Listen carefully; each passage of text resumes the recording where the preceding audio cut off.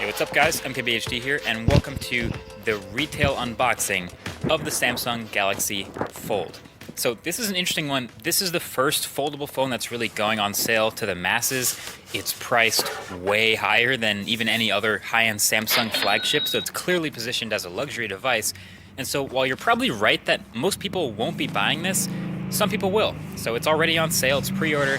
So this is what people paying that $1,980 will get in the box, plus a few bonus second impressions. So if you haven't already seen my detailed first impressions video, boom, it's up there in the corner, or it's the first link right below that like button.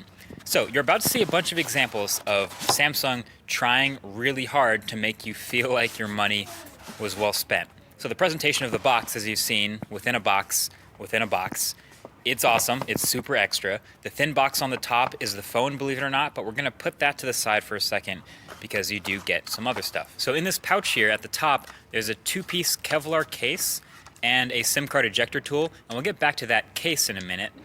Then in this little AKG sleeve here at the top, there are a pair of Samsung Galaxy Buds. So these are the $139 wireless earbuds that you could consider AirPods equivalents in the Samsung or Android world. Pretty big inclusion here if you ask me, and since the Galaxy Fold doesn't have a headphone jack, this is one step closer to committing to wireless. There's no other dongles, just straight up wireless headphones. Then there's also a fast charger and USB-C to full-size USB dongle in the box. And then on the other side in those boxes there are more rubber tips for the Galaxy Buds and a USB-C to USB-A cable. And then that's it for accessories, which brings us back to this thin white box from the top. Just like the other box, it says Galaxy, but folded, so Galaxy Fold. And inside is the phone, folded flat. So that's why it's so thin. I don't know exactly why they ship it like this, if it's to avoid having a big crease from the factory, or it's just more dramatic, or both, or neither, I don't know. But it ships flat. This is the black one. And then I'll shut up for a second so we can get the plastic off it.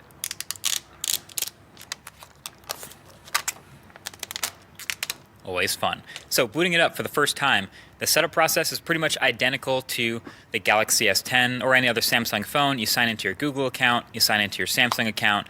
You can do this on the front screen or on the inside screen, but like I said in the first impressions video, that keyboard is kind of small, so I prefer the bigger screen.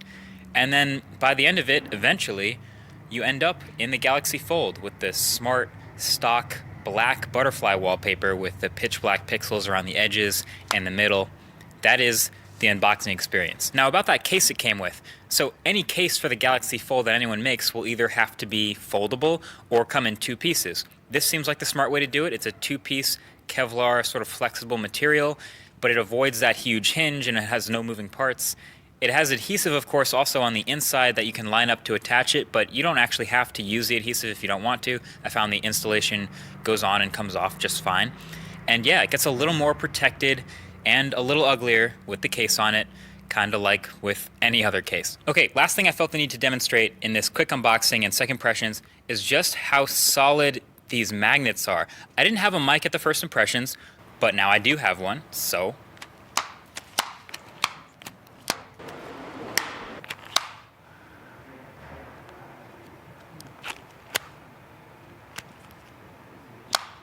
that is just super satisfying. Flip phones are back, and for good reason. So there's a magnet in each side of the Galaxy Fold, about 2/3 of the way down, as demonstrated by this magnet paper, my new favorite scientific observation tool. And they're pretty strong. So they're so strong that they have a bit of a field effectively outside of the phone itself, strong enough to pick up metal objects and things like a bunch of washers, nails, or even whole bags of nails, keychains, and I even had a small wrench that worked, and an Apple Pencil, which of course has a piece of metal in it for the iPad's magnet, that worked, and a really, really big Allen key. It's made of metal and it can pick it up. This magnet is for real. So just had to share that, a little proof from what I was talking about from the last video. Again, I'll link that below. Still forming all of my thoughts, but man, this thing has really distracted me from the P30 Pro I've been using. That review is coming up as well, alongside the Retro Tech Episode 1 on the original Game Boy. It's a good time to be a video nerd. Either way, thanks for watching. Catch you guys in the next one. Peace.